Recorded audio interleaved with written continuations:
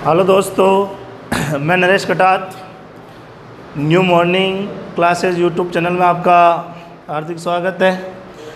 जैसा कि अपने जो टॉपिक चल रहा है राजस्थान का अफवाह तंत्र, तो राजस्थान के अफवाह तंत्र में अपन आगे के पाठ पढ़े और अब आज अपन को इसके जो रह गई नदियाँ हैं उनको भी अपन को पढ़ना है। तो जो आज जो अपन पढ़ेंगे वे पढ़ेंगे आंतरिक अफवाह तंत्र की नदियाँ। टॉपिक जो आज अपना रहेगा वो टॉपिक रहेगा आंतरिक अफवाह तंत्र की नदियाँ।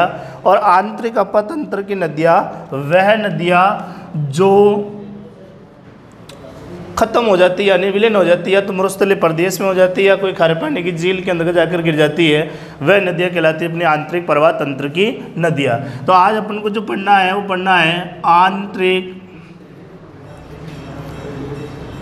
अफवाह तंत्र की नदियाँ। आंतरिक अफवाह तंत्र की जो नदियाँ है वो प्रमुख रूप से कौन कौन सी जो नदियाँ है जो आंतरिक अफवाह तंत्र के अंतर्गत आती है, तो पहले अपन को उनका देखना है। तो आंतरिक अफवाह तंत्र के अंतर्गत जो प्रमुख रूप से जो नदियाँ है वो नदियाँ देखो, इनका एक सूत्र है कि काका रूस में रुगा। काका रूस में रुगा, इसके अंतर्गत अपनी आंतरिक प्रवाह तंत्र की पूरी नदियाँ सम्मिलित है लगभग। जैसे काका रूस में रुगा तो का से पहले देखते हैं अपन का से कौन सी नदी आती है, तो का से नदी आती है काकने नदी। पहली जो नदी है वो नदी कौन सी है, काकने नदी। उसके बाद आगे फिर का आया, इस का से जो नदी है वो नदी है कातली नदी। कातली नदी, फिर रू आया, रू से आ जाएगी रूपनगढ़ नदी। रूपनगढ़ के बाद फिर से आया, से जो नदी आएगी है वो कौन सी नदी आती है, साबी नदी। साबी नदी एक बार फिर अपने लूनी नदी पढ़े, उस समय पढ़े थे सागी। तो सागी नदी अलग है और साबी नदी अलग है। साबी नदी आंतरिक प्रवाह तंत्र में आती है और सागी नदी लूनी की सहायक नदी के अंतर्गत ये आती है, तो ये आप ध्यान रखें। इसके बाद में मैं से जो नदी आती है वो नदी आती है मैनथा नदी। मैं से जो नदी है वो नदी कौन सी आ रही है, मैनथा नदी। फिर वापस रू आया, रू से नदी आ गई रूपा रेल नदी। रू से जो नदी है वो नदी कौन सी, रूपा रेल नदी। और फिर गा आया, गा से जो नदी है वो नदी कौन सी है, गग्गर नदी। काका रूस में रुगा, तो इस प्रकार से ये नदियाँ है, काक नहीं है, कातली है, रूपनगढ़ है, साबी, मैनता, रूपा रेल और गग्गर नदी। ये तो प्रमुख नदियाँ है। इसके बाद में दो तीन जो अन्य नदियाँ और है जो इस सूत्र में नहीं आ रखी है, जिसमें देखें कि कौन सी नदी। जैसे एक नदी है जिसका नाम है जोजरी नदी। एक नदी है जोजरी, और ये जोजरी नदी किसके अंतर्गत आती है, आंतरिक प्रवाह तंत्र के अंतर्गत आती है। उसी प्रकार से दूसरी नदी और देखें तो एक नदी है नीमड़ा नदी। नीमड़ा जो नदी है ये नदी भी किस में आती है, आंतरिक प्रवाह तंत्र के अंतर्गत आती है, नदी है नीमड़ा नदी। तीसरी और नदी है जो इस सूत्र में नहीं है, उसका नाम है रोहिली नदी। रोहिली नदी ये भी आंतरिक प्रवाह तंत्र के अंतर्गत आती है, रोहिली नदी और नीमड़ा नदी ये भी आंतरिक प्रवाह तंत्र के अंतर्गत आती है। एक नदी और है जिसका नाम है कुकुद नदी। कुकुद जो नदी है ये नदी भी आती है, आंतरिक प्रवाह तंत्र में आती है। कुकुद से आपको एक और ध्यान रखना है, जैसे कूनू नदी। कूनू नदी एक है लेकिन ये नदी आंतरिक प्रवाह की नहीं है, ये चंबल की सहायक नदी है जो राजस्थान में 2 बार प्रवेश करती है।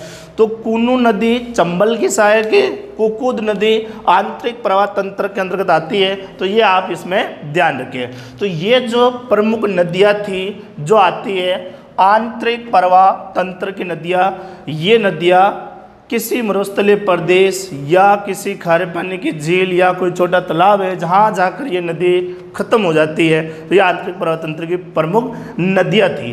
अब बात करें कि इनके नाम उपनाम की बात करें, जैसे ये नदी है काकनी नदी। इस काकनी नदी का एक जो उपनाम है वो इसका उपनाम है, इसे कहते हैं मसूरदी नदी। मसूरदी नदी किस नदी को कहा जाता है?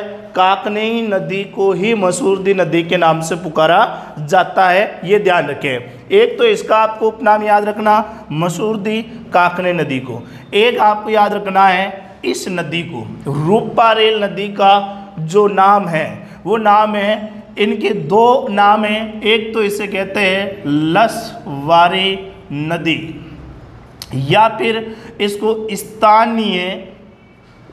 स्थानीय भाषा में यानी वहाँ के जो रहने वाले लोग हैं वो लोग इसको कहते हैं वराह नदी। वराह नगरी है जो 12 जिले को है और वराह नदी जो रूपारेल नदी का उपनाम है। तो ये आपको ध्यान रखना, वराह नगरी 12 रूपारेल नदी का भी स्थानीय नाम या स्थानीय भाषा में से क्या कहते हैं? वराह नदी के नाम से पुकारा जाता है। कातली नदी को काटली नदी के नाम से भी पुकारा जाता है। कातली नदी है, इसको काटली नदी के नाम से पुकारा जाता है। तो ये थी अपनी आंतरिक प्रवाह तंत्र की प्रमुख नदियाँ।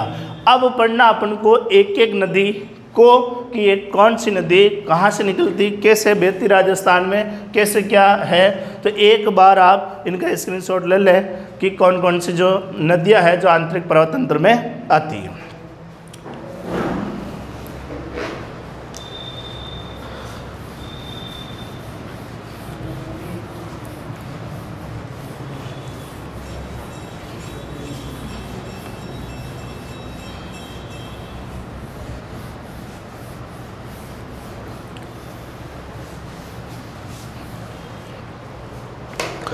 अब इनमें से आंतरिक प्रवाह तंत्र की जो आज अपन को नदी पढ़नी है वो नदी पढ़ेंगे। सबसे पहले गग्गर नदी है जो रहेगी, आप पहली वो नदी कौन सी रहेगी? गग्गर नदी। अब गग्गर नदी की बात करते हैं अपन।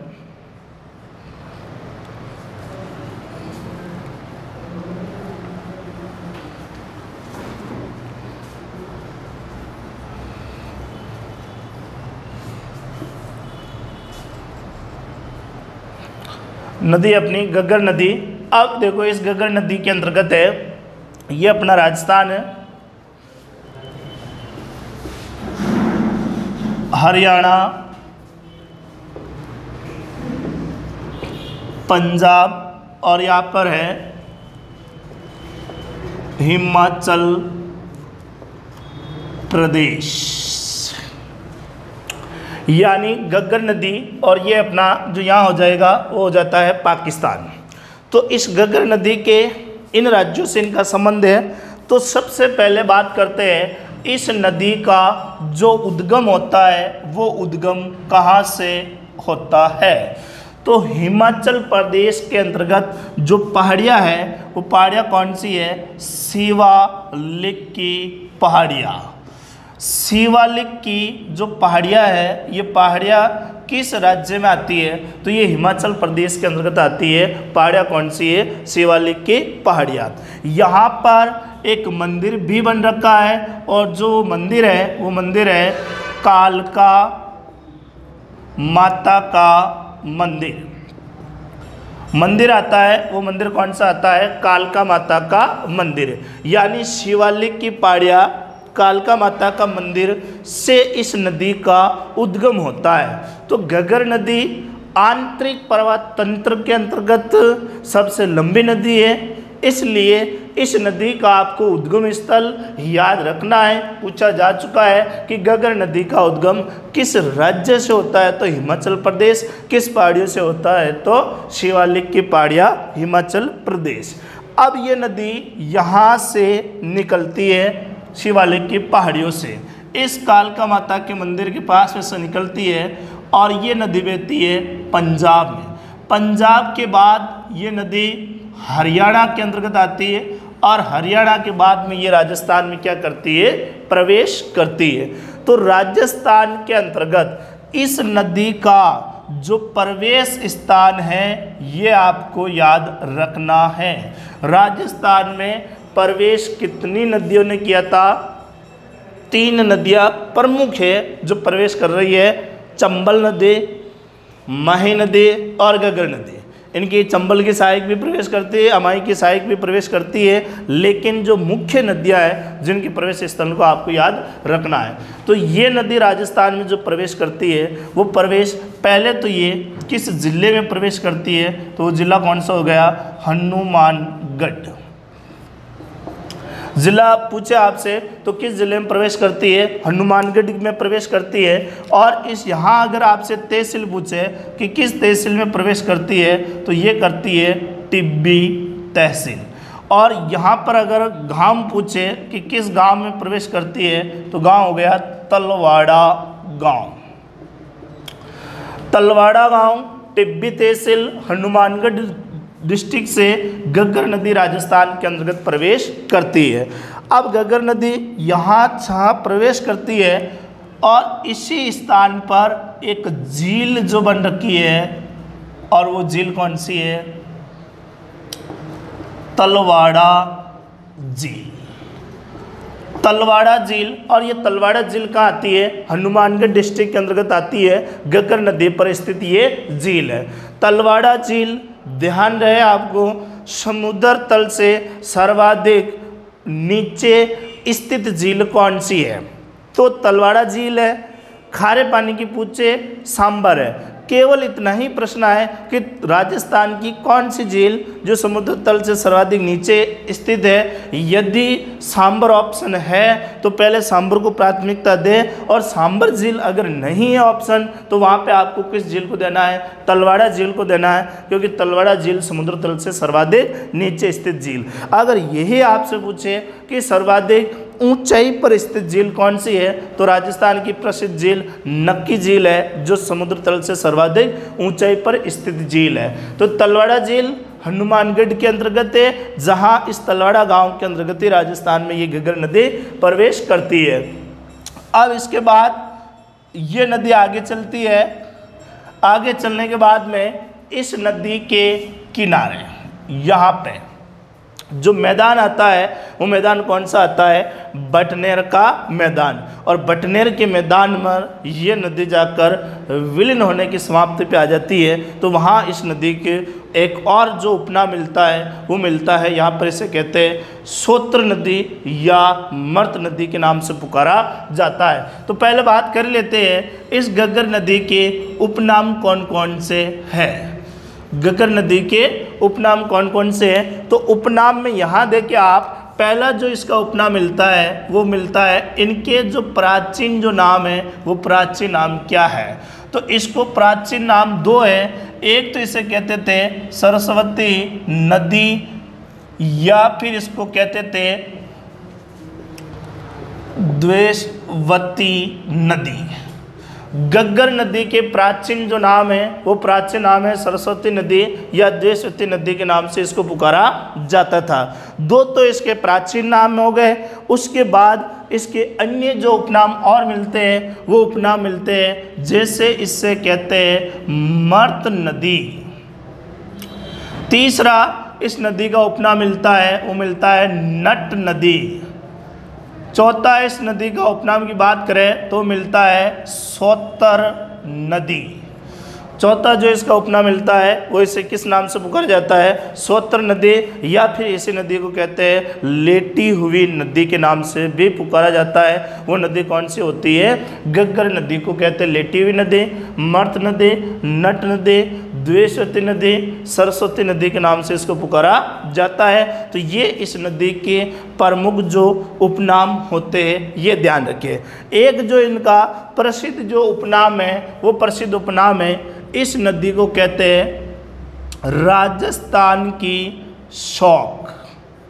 राजस्थान की शौक किस नदी को कहा जाता है? तो कहा जाता है घग्गर नदी को कहा जाता है। ये ध्यान रखिए।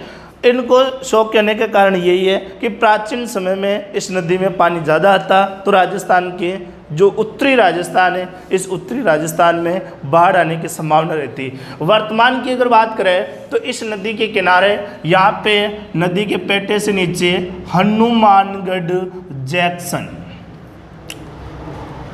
हनुमानगढ़ जंक्शन जो स्थित है, यानी हनुमानगढ़ जो शहर है वो स्थित है, यदि ये इस नदी के पेटे से नीचे बस रखा है, जिस प्रकार से लूनी नदी पढ़ी थी अपने कि नागपाड़ में अच्छी बारिश हुई तो किस जगह बाढ़ आने की संभावना रहती, तो बालोतरा में रहती थी। यहाँ पर घग्गर नदी यदि शिवालिक की पहाड़ियाँ पंजाब हरियाणा में अच्छी बारिश हुई, इस पानी में आवक ज़्यादा हुई, तो यहाँ पर हनुमानगढ़ जंक्शन में बाढ़ आने की संभावना रहती है, क्योंकि ये पेटे से नीचे बसा हुआ शहर है। हालांकि वर्तमान समय में इससे कोई ज़्यादा आपत्ति नहीं हो रही है, क्योंकि इस नदी में पानी कम आता है, आंतरिक प्रवाह तंत्र की है। अब बात करें ये हनुमानगढ़ जंक्शन में, या फिर ये आ जाए कि भटनेर के मैदान में राजस्थान की कौन सी नदी बहती है, तो घग्गर नदी बहती है, यानी भटनेर।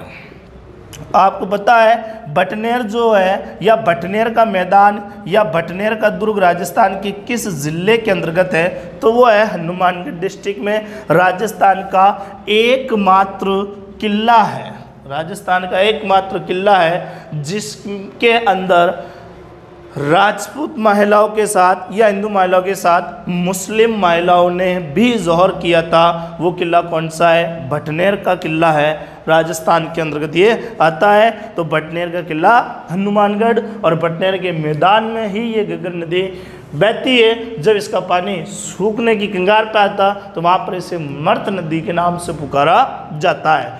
अब ये नदी हनुमानगढ़ में बहने के बाद ये नदी आगे चलती है थोड़ी, और ये नदी राजस्थान के श्री गंगानगर जिले में प्रवेश करती है। श्री गंगानगर डिस्ट्रिक्ट में ये नदी राजस्थान में क्या करती है? प्रवेश करती है। और श्री गंगानगर की दो तहसीलें हैं, सूरतगढ़ और अनूपगढ़। सूरतगढ़ और अनूपगढ़ के अंतर्गत ये नदी बहती है। आपको याद रखना, सूरतगढ़ में देश का पहला यांत्रिक कृषि फार्म है, वो कहाँ पे है? सूरतगढ़। और ये सूरतगढ़ किस नदी के किनारे है? तो घग्गर नदी के किनारे ये स्थित है। अनूपगढ़ कहाँ है? तो ये भी किस नदी के किनारे है? घग्गर नदी के किनारे स्थित है। अब बात करते हैं कि राजस्थान के दो ऐसे जिले हैं जिसके अंतर्गत एक भी नदी नहीं है। वो एक जिला तो है चूरू, जिसमें एक भी नदी नहीं है। एक जिला है कौन सा? बीकानेर। बीकानेर और चूरू जिले के अंतर्गत पड़ा है कि एक भी नदी नहीं है। ये प्रश्न एग्जाम में पूछा जा चुका है। लेकिन ये ध्यान रखिए, उसी प्रकार से श्री गंगानगर भी एक ऐसा जिला है जिसमें स्वतंत्र रूप से देखें तो मात्र एक ही नदी है। वो नदी कौन सी है? घग्गर नदी है। घग्गर नदी श्री गंगानगर में बहती है। एक नदी है, वो नदी है घग्गर नदी, श्री गंगानगर में आती है। तो बीकानेर और चूरू में तो एक भी नदी नहीं है। श्री गंगानगर के अंतर्गत एक नदी है, वो नदी अपनी घग्गर नदी है, ध्यान रखिए। सर्वाधिक नदियों वाला जो संभाग है वो संभाग कोटा संभाग है, और न्यूनतम नदियों वाला जो संभाग है वो संभाग कौन सा है? बीकानेर है, जिसकी प्रमुख नदी एक ही है, घग्गर नदी। बीकानेर संभाग है जिसमें नदी है, लेकिन बीकानेर जिले में नहीं है, यह आपको ध्यान रखना है। तो इन सूरतगढ़ और अनूपगढ़ में बहती है। इसके बाद ये नदी राजस्थान से बाहर निकल जाती है। इसके बाद ये नदी राजस्थान से बाहर निकल जाती है, और राजस्थान से ये जब बाहर निकलती है और पाकिस्तान में प्रवेश करती है, तो पाकिस्तान में जो प्रवेश स्थान है वो स्थान कौन सा है? तो प्रवेश है पाकिस्तान के बेहालपुर। बेहालपुर जो ज़िला है ये किस डिस्ट्रिक्ट में ये किस देश में आता है? तो ये पाकिस्तान के अंतर्गत आता है, और इस पाकिस्तान के अंतर्गत ये प्रवेश करती है, यह आपको ध्यान रखा। इसके बाद ये नदी पाकिस्तान में बहती है, और इनका अंत यहाँ पे होता है, और ये है फोर्ट अब्बास। फोर्ट अब्बास नामक स्थान पर जाकर ये नदी विलीन हो जाती है, खत्म हो जाती है। तो फोर्ट अब्बास पाकिस्तान के अंतर्गत ये नदी जाकर विलीन हो जाती है, यह आपको ध्यान रखना है। अब बात करें इस घग्गर नदी के और क्या प्रश्न बनते हैं, तो सबसे पहले आपको याद रखना, इस घग्गर नदी का प्रवाह तंत्र किस नाम से पुकारा जाता है? परवातंत्र, परवातंत्र में नंबर 1 और नंबर 2, दो लाइनें आपको याद रखनी है। राजस्थान में इसका परवातंत्र पुकारा जाता है नाली के नाम से। राजस्थान में इसका जो परवातंत्र है वो परवातंत्र नाली के नाम से पुकारा जाता है। यह आपको ध्यान रखिए। कालीबंगा में जो उत्खनन हुआ उसमें लकड़ी की नाली भी मिली। तो कालीबंगा सभ्यता हनुमानगढ़ डिस्ट्रिक्ट में है। घग्गर नदी का परवातंत्र किस नाम से पुकारा जाता है? तो नाली के नाम से पुकारा जाता है राजस्थान के अंतर्गत। दूसरा जो इनका है कि इसी परवातंत्र को पाकिस्तान के अंतर्गत यानी पाक में इनका परवातंत्र हक्करा के नाम से पुकारा जाता है।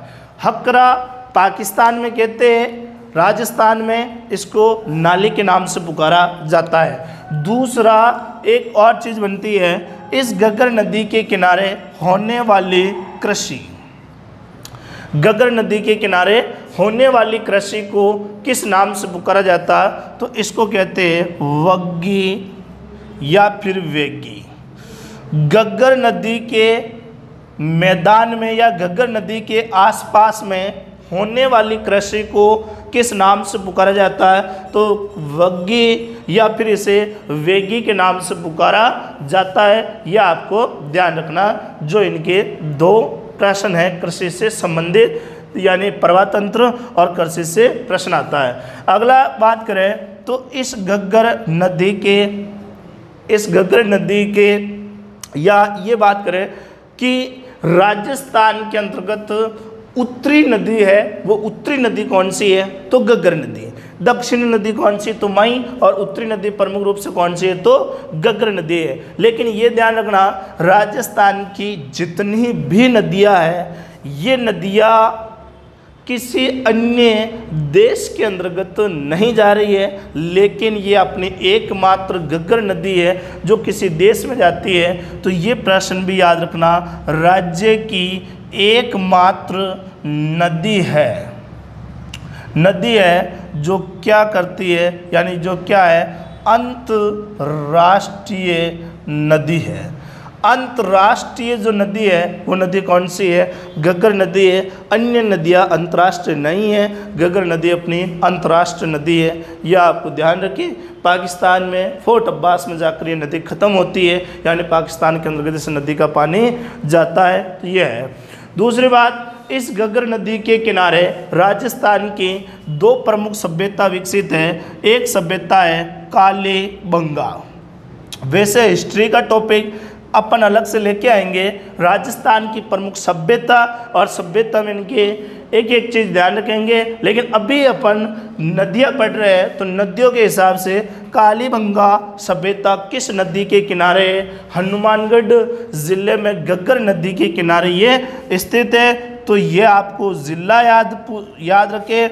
तो हनुमानगढ़ और नदी पूछा आपसे, तो नदी कौन सी हो जाती है? घग्गर नदी। दूसरी इस पे स्थित सभ्यता है वो सभ्यता है पीलीबंगा।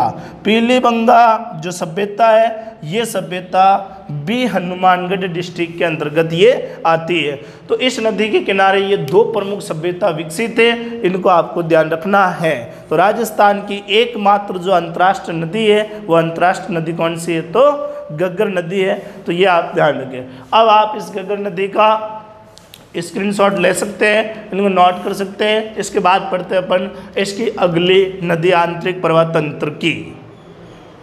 अगली जो अपनी नदी है वो नदी, दो नदी एक साथ पढ़ लेते हैं। एक नदी तो अपनी है रूपनगढ़ नदी और एक नदी अपन पढ़ लेते हैं मैनथा नदी। दो नदियाँ एक साथ पढ़ना है।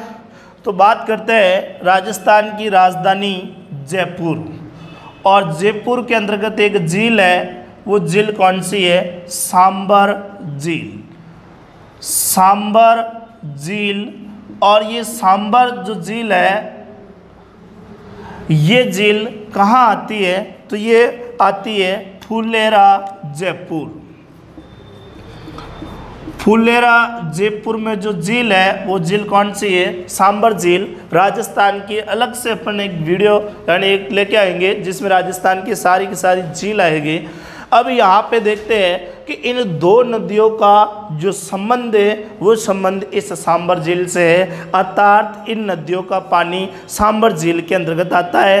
प्रमुख रूप से सांबर झील में 4 नदियां हैं। एक नदी तो है खंडेला, एक खारी, एक रूपनगढ़ और एक कौन सी है? मैंथा नदी है। तो ये आप ध्यान रखिए, 4 प्रमुख इसमें नदियां हैं। अब इनकी बात करें तो राजस्थान का जो हृदय है, अंडों की टोकरी है, वो ज़िला कौन सा आता है? अजमेर।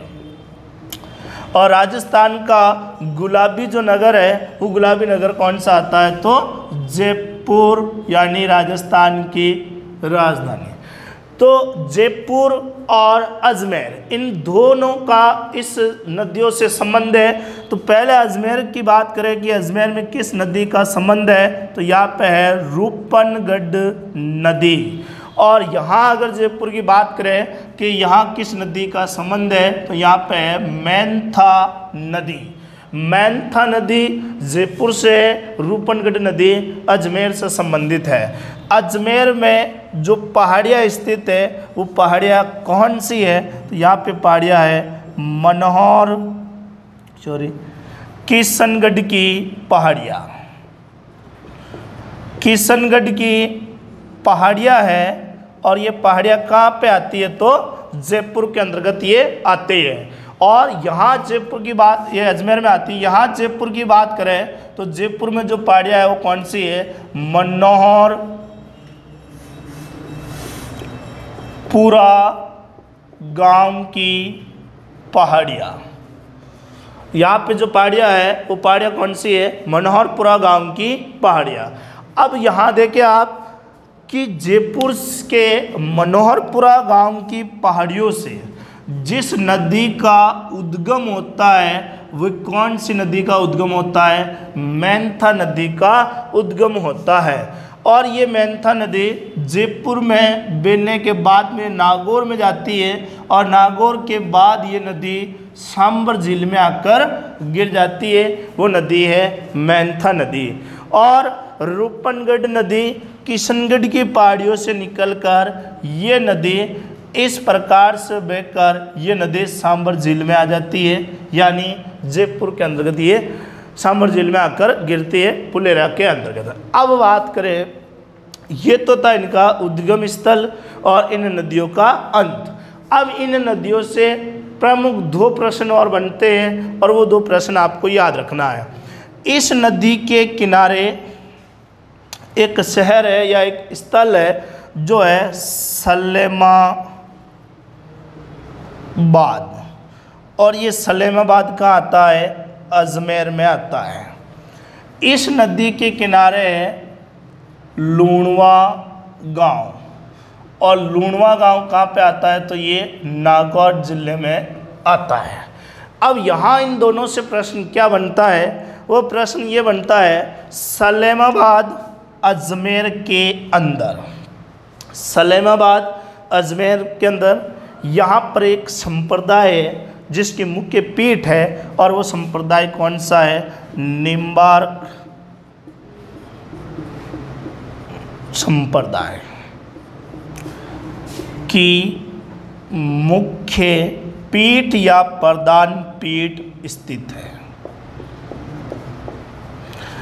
निम्बार्क संप्रदाय की मुख्य पीठ है सलेमाबाद। ये किस नदी के किनारे स्थित है? तो ये रूपनगढ़ नदी के किनारे स्थित है। निम्बार्क संप्रदाय की मुख्य पीठ स्थित है। इस निम्बार्क संप्रदाय को, यानी इस निम्बार्क संप्रदाय का जो मेला लगता है ये लगता है राधा अष्टमी। राधा अष्टमी के दिन या राधा संप्रदाय का, यानी राधा अष्टमी के दिन यहाँ पे क्या लगता है? मेला लगता है। और राधा अष्टमी आती कब है? तो ये आती है भाद्रपद शुक्ल पक्ष अष्टमी को आती है। भादवे के महीने के कृष्ण पक्ष में कृष्ण जन्माष्टमी आती है और शुक्ल पक्ष में राधा अष्टमी आती है।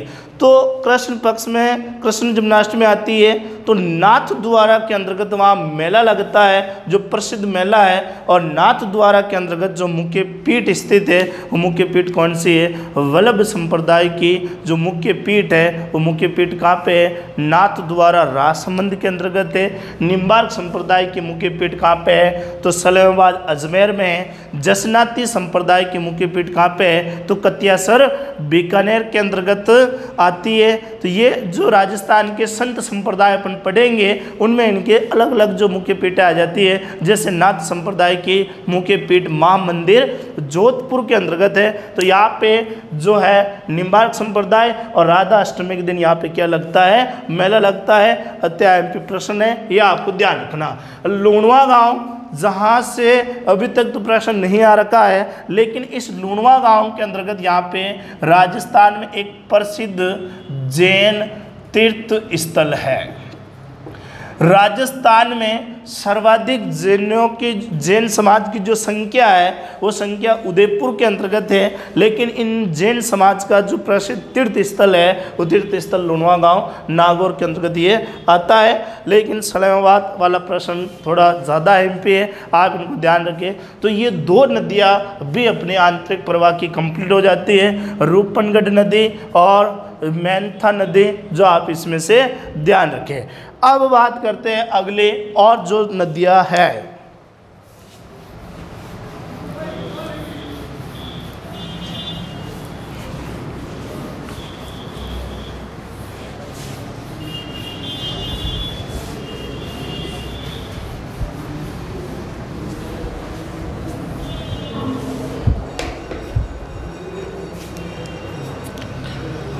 बात कर लेते हैं अपन रूपा रेल नदी। और रूपा रेल नदी का उपनाम इसे कहते हैं लसवारी नदी, या इसी नदी को कहा जाता है स्थानीय भाषा में वराह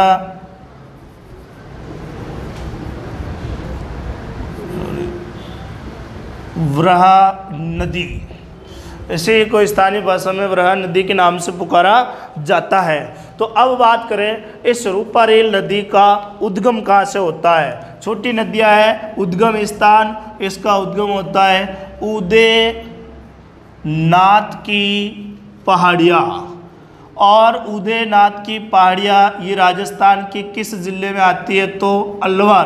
कांस्टेबल 2014 में ये प्रश्न पूछा जा चुका है। उदयनाथ की पहाड़ियाँ राजस्थान के किस जिले में आती है? तो अलवर जिले के अंतर्गत आती है। अत्या एमपी प्रश्न है, याद रखिए उदयनाथ की पहाड़ियाँ। उदयनाथ की पहाड़ियों से ये नदी निकलती है और ये नदी जाती है भरतपुर में, और भरतपुर में जाती है तब भरतपुर में इस नदी के ऊपर एक बांध बनाया गया, और वो बांध कौन सा है? सीकरी बांध। और सीकरी बांध कहाँ बन रखा है? तो ये बन रखा है भरतपुर के अंतर्गत है सीकरी बांध। इस बांध के बाद ये नदी आगे जाती है और भरतपुर के कुसुलपुर नामक स्थान पर ये खत्म हो जाती है। भरतपुर के कुसुलपुर नामक स्थान पर ये खत्म हो जाती है। अलवर जिले की प्रमुख नदी यानी अलवर के उद्गम होता है, इतना आप इसमें ध्यान रखें। कुसुलपुर में इसका अंत हो जाता। कोई इससे ज़्यादा इतना एमपी प्रश्न नहीं है, केवल ये आपको याद रखें सीकरी बांध सिंचाई परियोजना राजस्थान के किस जिले से संबंधित है? तो वो है भरतपुर डिस्ट्रिक्ट से है। और भरतपुर की जो लाइफलाइन कहते हैं वो मोती झील को कहते हैं, जिसका निर्माण सूरजमल जाट ने कराया। और इससे भरतपुर की जीवन रेखा कह सकते हैं या भरतपुर की लाइफलाइन कह सकते हैं। और सूरजमल जाट को ही जाटों का प्लेटो या जाटों का अफलातून के नाम से पुकारा जाता है। लेकिन इसका उपनाम ये ज़रूर याद रखें वराह नदी, और वराह नगरी है। नगरी पूछे, अगर यही प्रश्न नगरी पूछे उपनाम में, तो नगरी कौन सी है? बारा जिला है जिसे वराह नगरी के नाम से पुकारा जाता है। और वराह नदी किसको कहा जाता है? रूपा रेल नदी को कहा जाता है। अगली नदी मोस्ट एमपी नदी है आंतरिक प्रवाह तंत्र की, और वो नदी कौन सी है? कातली नदी। कातली नदी इसको काटली नदी के नाम से पुकारा जाता है। नदी है काटली नदी। इस काटली नदी का जो उद्गम होता है, काटली नदी का जो उद्गम होता है, ये उद्गम होता है खंडेला की पहाड़ियाँ। और खंडेला की पहाड़ियाँ कहाँ आती है? तो ये आती है सीकर डिस्ट्रिक्ट के अंतर्गत। खंडेला की जो पहाड़ियाँ है, ये खंडेला की पहाड़ियाँ किस ज़िले के अंतर्गत आती है?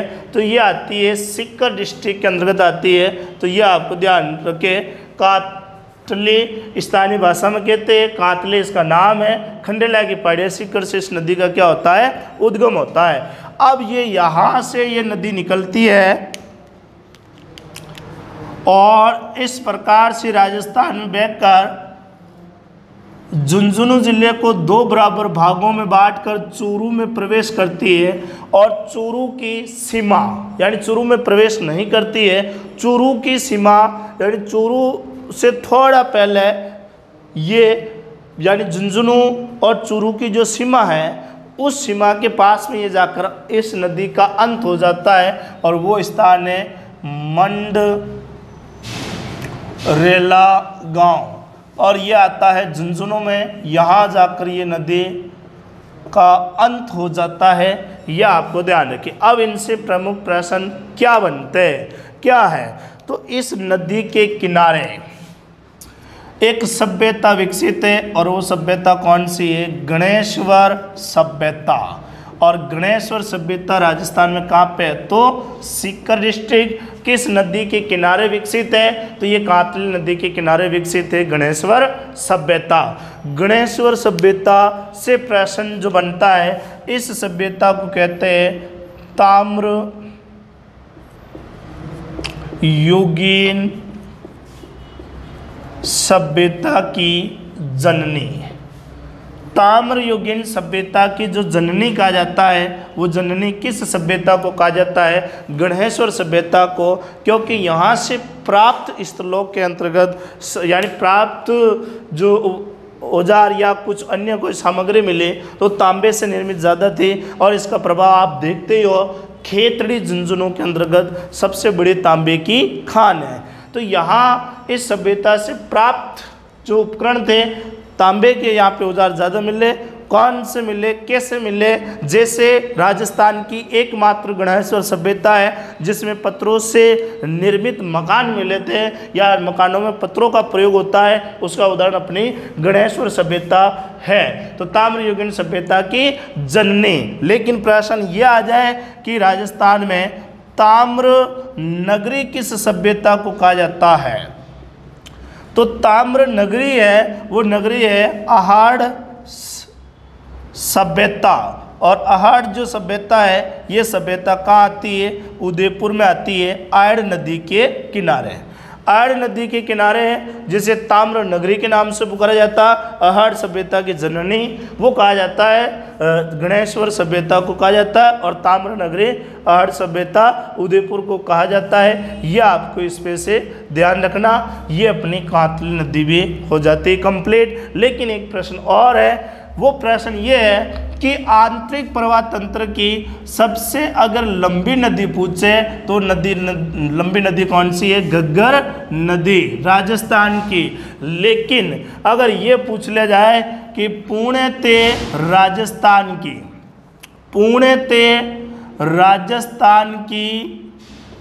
आंतरिक प्रवाह तंत्र की लंबी नदी कौन सी है?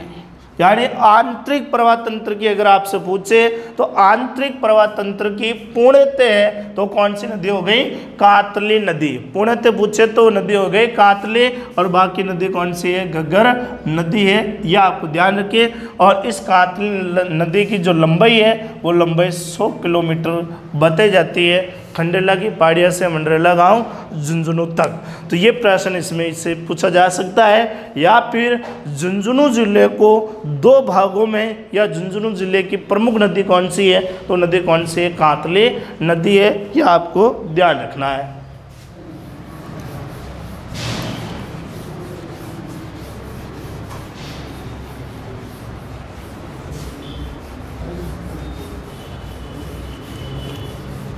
अगले आंतरिक प्रवाह तंत्र की जो नदी है वो नदी हो गई साबी नदी। साबी नदी, साबी नदी का उद्गम होता है सेवर की पहाड़ियाँ। और सेवर की जो पहाड़ियाँ है ये पहाड़ियाँ राजस्थान के किस ज़िले में आती है? तो जयपुर में आती है सेवर की पहाड़ियाँ।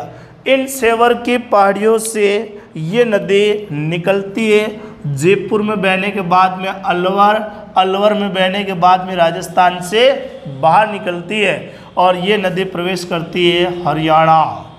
और हरियाणा में गुड़गांव, गुड़गांव ज़िले के अंतर्गत ये नदी प्रवेश करती है। और गुड़गांव के बाद ये गुड़गांव के अंतर्गत पेटोटी, पटोटी गांव में एक झील है नफजगढ़ झील। और इस झील में इस नदी का विलीन हो जाता है, यानी इस झील के अंतर्गत जाकर ये मिल जाती है। इस नदी का अंत वहीं हो जाता है, ध्यान रखें। तो साबी नदी एक तो राजस्थान के जयपुर ज़िले में बहती है और एक किस ज़िले में बहती है? अलवर ज़िले में बहती है। तो दो ज़िलों में इसका प्रवाह तंत्र है। और इस नदी से एक और विशेषता कि इस जयपुर के अंतर्गत एक सभ्यता है, वो सभ्यता कौन सी है?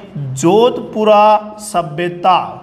और ये जोधपुरा जो सभ्यता है वो सभ्यता किस नदी के किनारे है? जयपुर में, तो साबी नदी के किनारे है। जोधपुर में एक जयपुर में एक सभ्यता और है, वो है बेराट सभ्यता।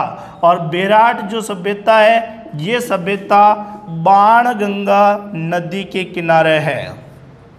बाणगंगा नदी के किनारे विकसित जो सभ्यता है वो सभ्यता बेराट सभ्यता है। और जोधपुरा जो सभ्यता है ये जोधपुरा सभ्यता साबी नदी के किनारे विकसित है। तो ये एक और प्रश्न इससे पूछा जा सकता है।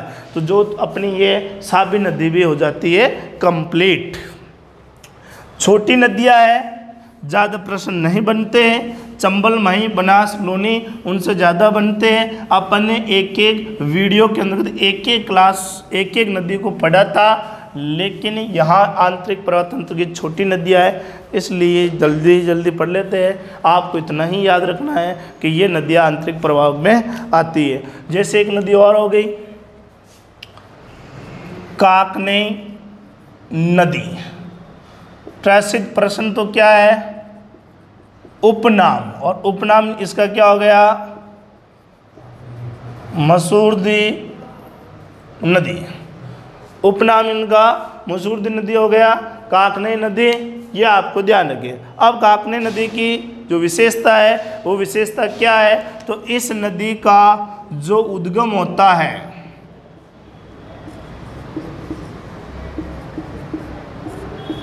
कोटड़ा गांव की पहाड़ियाँ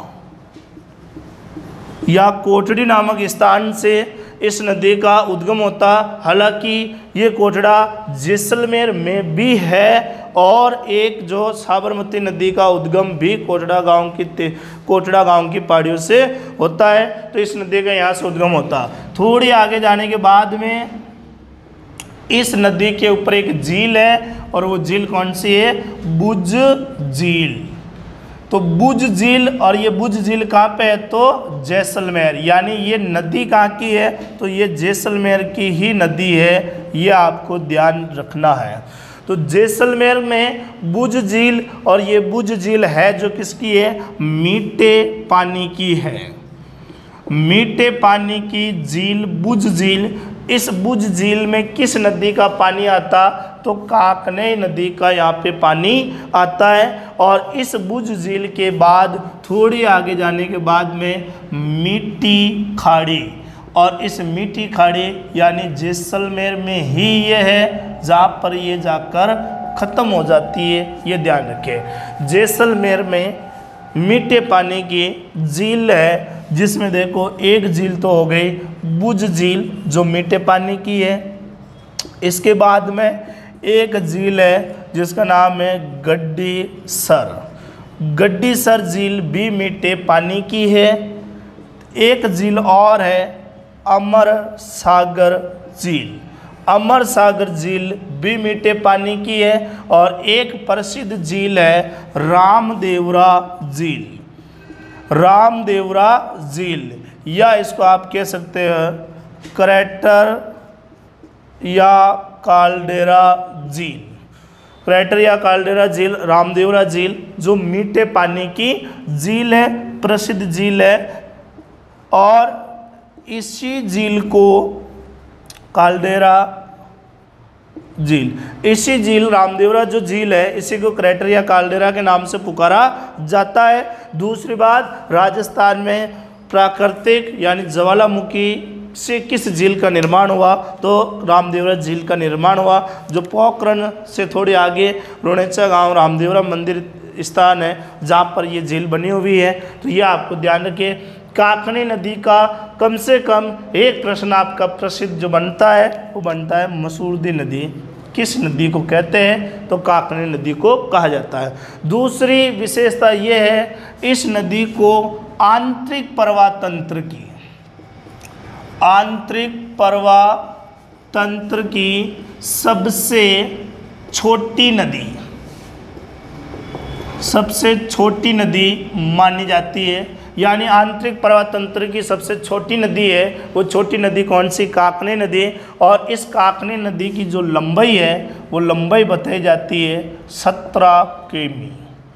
एक इसकी लंबाई है जो 17 किलोमीटर है। और इस 17 से ही आपको एक प्रश्न और याद रखना, सन 2011 की जनगणना, सन 2011 की जनगणना के अनुसार जैसलमेर का लिंगानुपात, जैसलमेर का जनघनत्व कितना है, तो जनघनत्व है 17 व्यक्ति प्रति वर्ग किमी। 17 व्यक्ति प्रति वर्ग किमी जैसलमेर का जनघनत्व है। और जैसलमेर के बाद भारत की बात करें तो अरुणाचल प्रदेश का भी जनघनत्व कितना है, तो उसका जनघनत्व भी है 17 व्यक्ति प्रति वर्ग किलोमीटर। 2001 की जनगणना हुई, उस समय अरुणाचल प्रदेश का जनघनत्व था 11 व्यक्ति प्रति वर्ग किलोमीटर, जैसलमेर का भी था 11 व्यक्ति वर्ग किलोमीटर। लेकिन 2011 की जनगणना में भी अरुणाचल प्रदेश का 17 आया और जैसलमेर का भी 17 आया। इस कारण जैसलमेर का उपनाम ही हो गया कि राजस्थान का अरुणाचल प्रदेश किसे कहते हैं, तो वो जैसलमेर को कहते हैं, ये ध्यान रखें।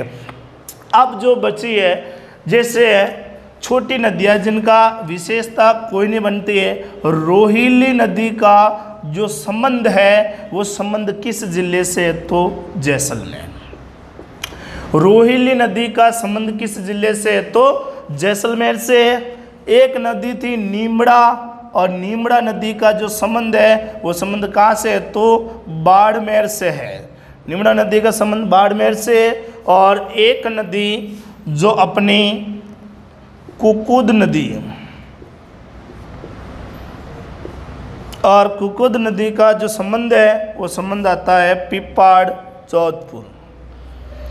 पिपाड़ जोधपुर से, कुकुद नदी का संबंध जोधपुर से है, ये आपको ध्यान रखना। लेकिन एक नदी और है जिसका नाम था जोजरी, और जोजरी नदी का संबंध है पिपाड़ जोधपुर। जोजरी नदी का संबंध पिपाड़ जोधपुर। तो ये अपने आंतरिक प्रवाह तंत्र की नदियाँ हो गई कंप्लीट। कैसी लगी, इनको आगे से आगे अपने दोस्तों को शेयर करें। और ये आज अपना आखिरी नदियाँ, अगला टॉपिक अपना जो रहेगा, जो अपना कमेंट बॉक्स में आप लिख सकते हैं कि वो टॉपिक पढ़ाएं, या फिर अपन ज्योग्राफी हिस्ट्री के इनके भी लेते रहेंगे। धन्यवाद।